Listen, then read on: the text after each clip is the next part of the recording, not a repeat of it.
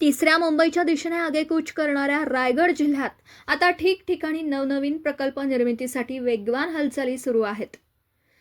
धेरांड शहापूर विभागातील शेतकऱ्यांना स्थानिक पातळीवर विश्वासात घेतलं जात नाही. शेतकऱ्यांना कायद्याने दिलेले हक्क पाहिजेत. पुनर्वसनाचा लाभ हवाय. त्यांची शेततळी, मत्स्यतळी उद्ध्वस्त होऊन शेती गमवावी लागत असेल, जीवनमान उद्ध्वस्त होणार असेल तर त्यांना योग्य तो न्याय मिळाला पाहिजे. स्थानिक शेतकरी विकासाच्या मूळ प्रवाहात आला पाहिजे. मात्र शेतकरी व स्थानिक भूमिपुत्रांचे हक्क डावलले जातात. बाधित शेतकऱ्याला 1 रुपयाही नुकसान भरपाई दिली गेली नाही. पुनर्वसन व विकसित भूखंड मिळाला नाही. MIDC भूसंपादनाचा कायदा धाब्यावर बसवून मनमानी करतात. शेतकऱ्यांचा आवाज पोलीस यंत्रणेच्या माध्यमातून दाबला जातोय असा आरोपही म्हात्रे यांनी केला. या प्रक्रियेत स्थानिक भूमिपुत्र, शेतकरी व प्रकल्पग्रस्त यांच्यावर अन्याय व मुस्कटदाबी होत असल्याचा आरोप शेकापणत ॲडव्होकेट मानसीताई म्हात्रे यांनी केला. नव्या प्रकल्पात उद्ध्वस्त होणाऱ्या शेतकऱ्यांना वाचवण्यासाठी आता लढा अधिक उग्र करण्याची वेळ आली आहे. धेरंड शहापूर विभागातील शेतकऱ्यांच्या न्यायासाठी सामूहिक अन्नत्याग आंदोलन करणार असल्याचा इशारा ॲडव्होकेट मानसीताई म्हात्रे यांनी प्रशासनाला दिला. धेरंड शहापूर परिसरात 387 हेक्टर जागेत सीमारमास कंपनीचा प्रकल्प उभा राहतोय. या कंपनीच्या सीमांकन व पोहोच रस्त्यासाठी भरावाचं काम सुरू केल्यामुळे शेतकरी भयंकर आक्रमक झाले. शेकापणेत जयंत पाटील व ॲडव्होकेट मानसीताई म्हात्रे यांनीही आंदोलकांची भेट घेऊन पाठिंबा दर्शवला व लढ्याला ताकद दिली. येथील आंदोलक शेतकरी आजही आपल्या मागण्यांवर ठाम असल्याने हा संघर्ष त्या काळात पेटण्याची चिन्ह दिसतात. काय सांगाल? धेरंड शहापूर या ठिकाणी शेतकरी आक्रमक झालेले आहेत आणि आंदोलनाच्या पवित्र्यात देखील आहेत. काय सांगा? धेरंड शहापूरच्या लोकांच्या जमिनी ज्या संपादित करण्यात आलेल्या आहेत ती प्रक्रिया अद्याप अपूर्ण असतानाही या ठिकाणी बळजबरीनं धाक दाखवून पोहोच रस्त्याची कामाला सुरुवात केलेली आहे आणि त्याला आमचा विरोध आहे. जोपर्यंत आमच्या मागण्या पूर्ण होत नाहीत, पुनर्वसनाच्या फायद्याबाबत इथे कोणी काही बोलत नाही, आमचं झालेलं शेतीचं नुकसान, शेततळ्यांचं नुकसान, आमचे बंद पडलेले पूरक व्यवसाय या नुकसान भरपाईची जोपर्यंत कोणी वाच्यता करत नाही तोपर्यंत आम्ही इथे आंदोलन करणार आणि आक्रमकपणे ते आंदोलन करणार. पुढची भूमिका काय असणार आहे जर न्याय मिळाला नाही? जोपर्यंत आम्हाला न्याय मिळत नाही तोपर्यंत आमचं आंदोलन चालूच राहणार आणि सगळ्या ग्रामस्थांच्या सहकार्याने ते आंदोलन चालू राहणार. तिसरी मुंबई म्हणून विकसित होत असताना रायगड जिल्ह्यात अनेक प्रकल्पांचं वाऱ्याच्या वेगामध्ये काम होत आहे. अशातच स्थानिक भूमिपुत्रांचं मुस्कटदाबी, शेतकऱ्यांची मुस्कटदाबी होत असल्याचा आरोप या ठिकाणी होतो. आरोप नाही, मी प्रत्यक्षात त्याचं हे उदाहरण आहे की हे पोच रस्त्याचं जे काम सुरू आहे, जिथे या ठिकाणी आम्ही उभे आहोत, आम्हाला संपादनाचा 1 रुपयाही मोबदला मिळालेला नसताना या ठिकाणी पोच रस्त्याचं काम सुरू केलेलं आहे. 100% स्थानिकांची ही मुस्कटदाबी आहे आणि या विकासामध्ये आम्ही कुठेही नाहीत. धेरंड शहापूर या विभागातील शेतकरी आहेत ते आक्रमक झालेले आहेत. नेमक्या काय मागण्या आहेत? सकाळी देखील पोलीस व्हॅनमध्ये धरपकड झाली आणि अनेक शेतकरी आंदोलकांना त्या ठिकाणी घेऊन जाण्यात आलं. काय नेमकी मागणी आहे? आता सध्या आपलं काय म्हणणं आहे?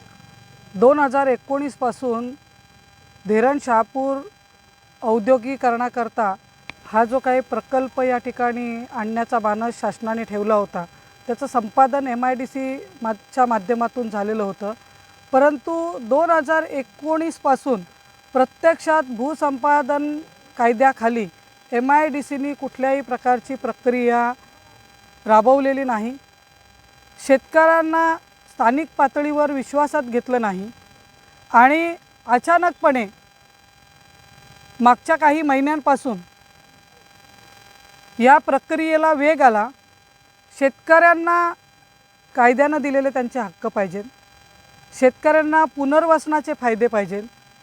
शेतकऱ्यांना जर इथली शेती त्यांची गमवावी लागत असेल, त्यांची इथली शेततळी किंवा इथली मच्छीमारी जर त्यांची नष्ट होणार असेल, इथलं संपूर्ण त्यांचं जे जीवनमान आहे ते उद्ध्वस्त होणार असेल, तर ह्या सगळ्या प्रक्रियेमध्ये त्यांना त्यांची मागणी आहे की त्यांना विश्वासात घेऊन या सगळ्या प्रक्रियेमध्ये समाविष्ट करून घेऊन त्यांच्याशी बोलणी करावी अशी शेतकऱ्यांची मागणी होती.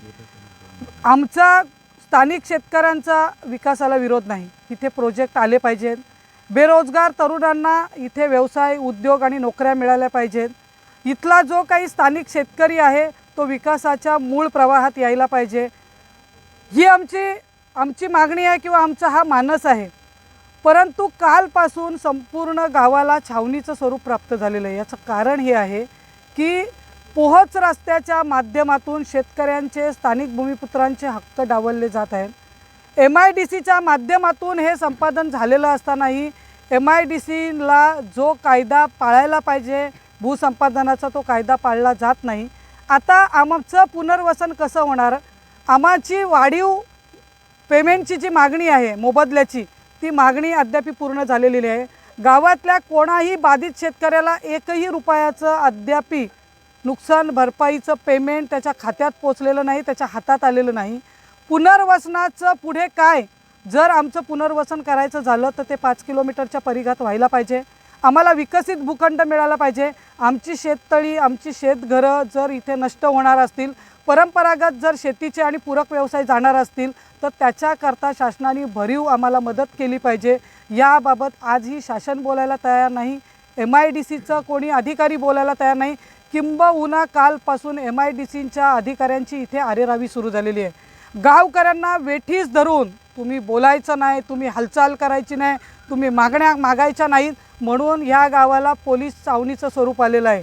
आणि आज सकाळी त्याची परिणिती म्हणजे आज सकाळी गावकऱ्यांना बेकायदेशीरपणे, माझं स्पष्ट म्हणणं आहे, बेकायदेशीरपणे ताब्यात घेऊन त्यांना पोयनाड पोलीस स्टेशनला बसवण्यात आलेलं आहे. आत्ताही आम्ही अधिकाऱ्यांबरोबर या ठिकाणी येऊन आम्ही चर्चा करतोय की आमच्या मागण्यांचा तुम्ही सकारात्मक विचार करा. मागण्या छोट्या आहेत, जी तळी बुजवली जातात, जी झाडं तुटली जातात, जी घरं बाधित होतात, त्यांना आम्हाला तुम्ही कुठेतरी नुकसान भरपाई द्या, त्याचा विचार करा. परंतु अजूनही MIDCच्या अधिकाऱ्यांकडून, प्रशासनाकडून आणि पोलीस प्रशासनाकडूनही कुठल्याही प्रकारच्या सकारात्मक चर्चेचं सहकार्य मिळत नाही. ही आमची खंत आहे. पुढची भूमिका काय असणार आहे जर आपलं समाधानकारक या ठिकाणी नाही, आता आम्ही सगळ्या स्थानिक शेतकऱ्यांनी, बाधित शेतकऱ्यांनी, ग्रामस्थांनी ठरवलेलंच आहे. तसंही आमचं आयुष्य आता उद्ध्वस्त व्हायला आलेलं आहे. आमची शेती गेली, आमचे परंपरागत व्यवसाय गेलेले आहेत, आमच्या हाताशी काम नाही. परप्रांतीय आजपासून त्यांनी भरावाला सुरुवात केलेली आहे. आमच्या स्थानिक लोकांना या विकासामध्ये गृहीत धरलं जात नाही आहे. आमची मुस्कटदाबी चाललेली आहे. आम्ही जर आमचा हक्क मागितला, आम्ही आमचा जर आवाज उठवला तर तो आवाज पोलीस यंत्रणेच्या माध्यमातून दाबला जातो आहे. अशा प्रसंगात आता आमचं एकच म्हणणं आहे की आम्ही समस्त गावकरी, बाधित असो नसो, समस्त गावकरी या ठिकाणी आता उपोषणाला बसणार आहोत. आम्ही अन्न पाणी काही घेणार नाही. आमचं ठिकाण आहे स्मशानभूमी धाकटे शहापूर. जिथून काम निवाड्याचे कॉप्या दिल्या जातात.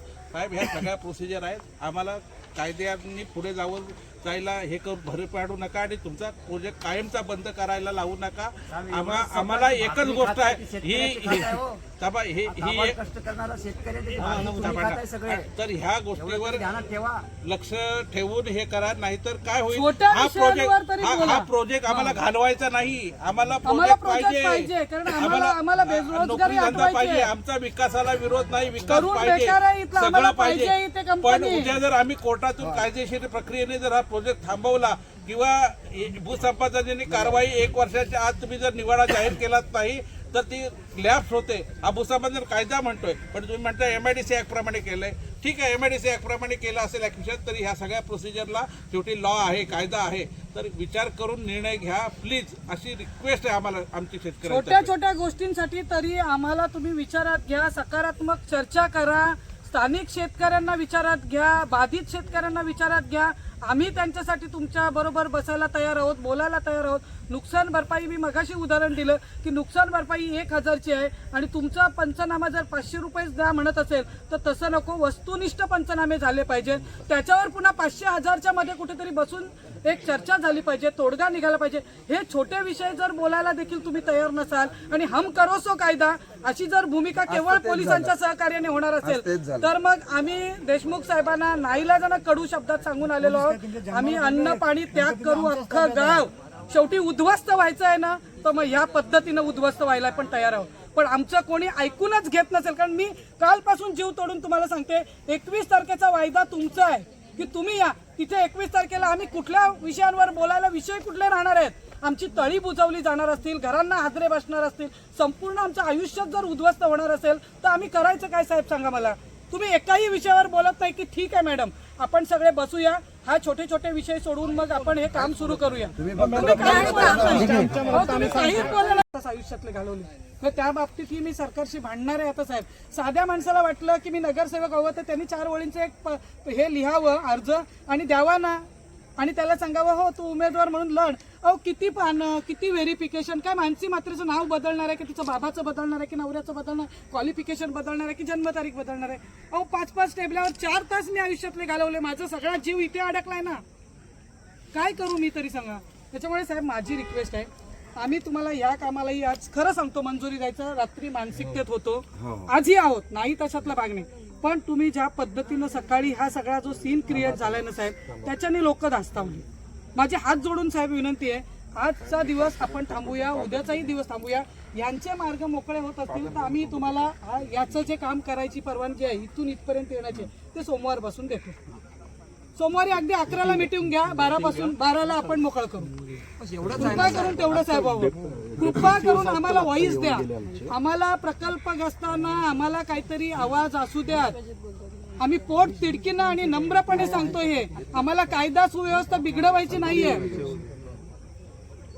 कायदा सुव्यवस्था आम्हाला बिघडवायची नाही. आम्ही नम्रपणे सांगतोय की आमचे हे हक्क आहेत, तरी देखील आम्ही नम्रपणे मागतोय. एक शब्द फक्त बोलू साहेब, हा तळ्यांचा विषय तुम्ही झाला, आता तुम्हालाच बोलतोय, तुम्हीच आमच्या आता देवच मानून चालू, पुढं काय बोलू ते प्रश्न सोडा. हा अंतर किती राहिला साहेब ट्रक जायला, ह्या रस्त्यापासून या घराचा किती अंतर आहे? Video reporter Dhamsheel Sawant, KTV news, Raigad. आपल्या परिसरातील बातम्या आमच्यापर्यंत पोहोचवण्यासाठी स्क्रीनवर दिलेल्या क्रमांकावर संपर्क साधू शकता. दूरध्वनी क्रमांक 9833235011. त्याचप्रमाणे अधिक माहितीसाठी स्क्रीनवर दिलेल्या KTV न्यूजच्या ईमेल आयडीवर देखील संपर्क करता येईल.